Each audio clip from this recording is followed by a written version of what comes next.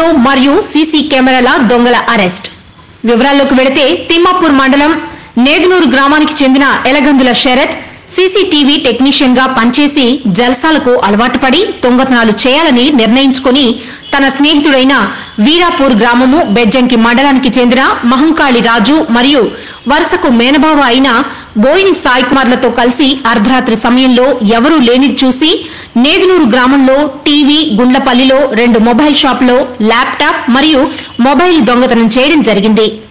అదేవిధంగా CCTV technician అనుభవం ఉన్న శరత్ హన్మాజ్పల్లి గుణుకుల కొండాపూర్ గ్రామాల్లో సీసీ కెమెరాలు మరియు ఎన్వీఆర్ బాక్సులు దొంగతనాలు చేయడం జరిగింది.